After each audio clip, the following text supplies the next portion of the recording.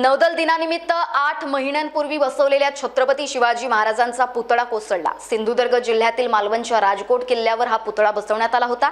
त्यानंतर राज्यात शिवप्रेमींमध्ये संतापाची लाट उसळली असून या मुद्द्यावरून राजकारण तापलंय। विशेष म्हणजे चोर सोडून संन्यासाला फाशी असा काहीसा प्रकार दिसून येतोय। कोसळलेल्या पुतळा प्रकरणी आरोपी असलेले सगळे फरार असून पुतळा का कोसळला याबाबत जाब विचारणारे पोलिसांच्या ताब्यात आहेत। हा कुठला न्याय आहे?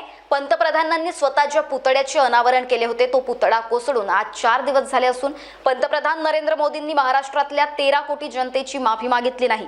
माफी तर सोडा, दुःखही व्यक्त केलं नाही। आमच्या महाराष्ट्राच्या राजाचा अपमान झाला यावर जनतेनं व्यक्त सुद्धा होऊ नये का?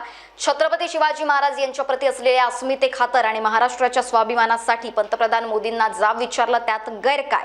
असा सवाल आता महाराष्ट्र प्रदेश काँग्रेस अध्यक्ष विरोधी पक्षनेते विजय वडेट्टीवार यांनी केलाय।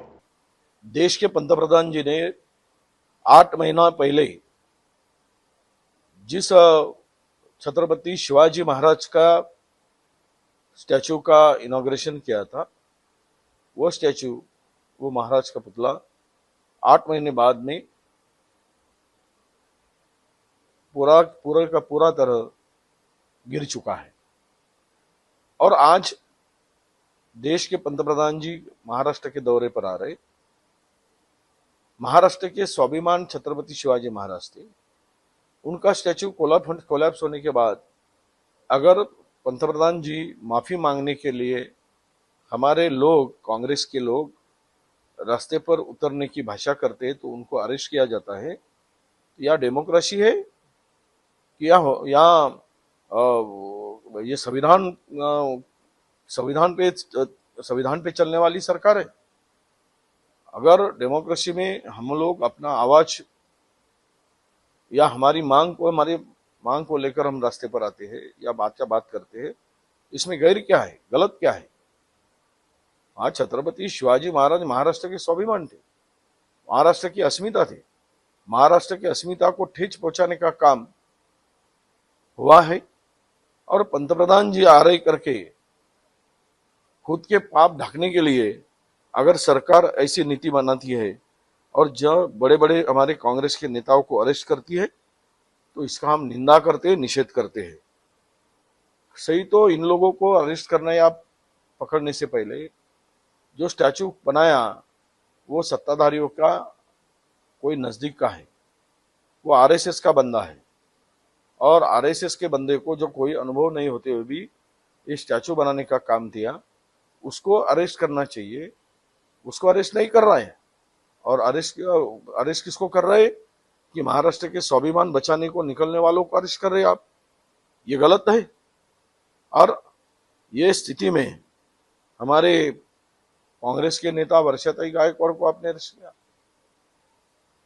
या उसके घर के अंदर में नजर कैद में रखा गया। कांग्रेस के बड़े बड़े नेताओं को मुंबई के अंदर में अरेस्ट किया। तुम जितना विरोधियों के ऊपर इस तरह की कार्रवाई करोगे उतना ही आपको इसका मुआवजा भुगतना पड़ेगा। जनता आपको सबक सिखाएगी, जनता आपको आपकी औकात दिखाएगी। पंतप्रधान मोदी आ रहे तो क्या हुआ? क्या संवैधानिक मार्ग से हम लोग अपना मत प्रदर्शित नहीं कर सकते? हमें अधिकार है। वो हमें अरेस्ट करने का मतलब क्या है? हमारे लोगों को अरेस्ट करने का क्या मतलब? ये नालायक सरकार ने पालघर में भी कांग्रेस के कार्यकर्ताओं को अरेस्ट किया, उसको डिटेन करके रख दिया। तो ये लोकशाही का गला घोटने का काम ये सरकार कर रही।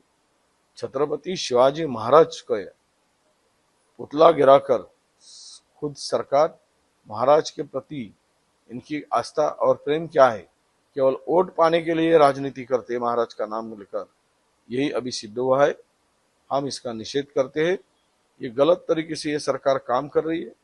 ये चोरों की सरकार है और ये दूसरा कुछ नहीं कर सकते। क्या आप भी पाइल से परेशान हैं? क्या इलाज करने के बावजूद भी आपकी पाइल से जुड़ी समस्याएं दूर नहीं हो रही हैं? तो जड़ से खत्म करने की चिंता अब छोड़िए, क्योंकि अब Arogyam clinic and piles relief centre में होगा लेजर टेक्निक से आपका इलाज। बिना तकलीफ से लेजर टेक्निक और दूरबीन द्वारा इलाज, बिना ऑपरेशन, हर्निया, अपेंडिक्स जैसे इलाज अब दूरबीन द्वारा। आरोग्यम में इलाज पर बड़ी छूट, पहले आए और बेहतर इलाज पाएं। हमारा पता प्लॉट नंबर 29, डोए लेआउट, जिंगाबाई टाकली, मानकापुर, नागपुर।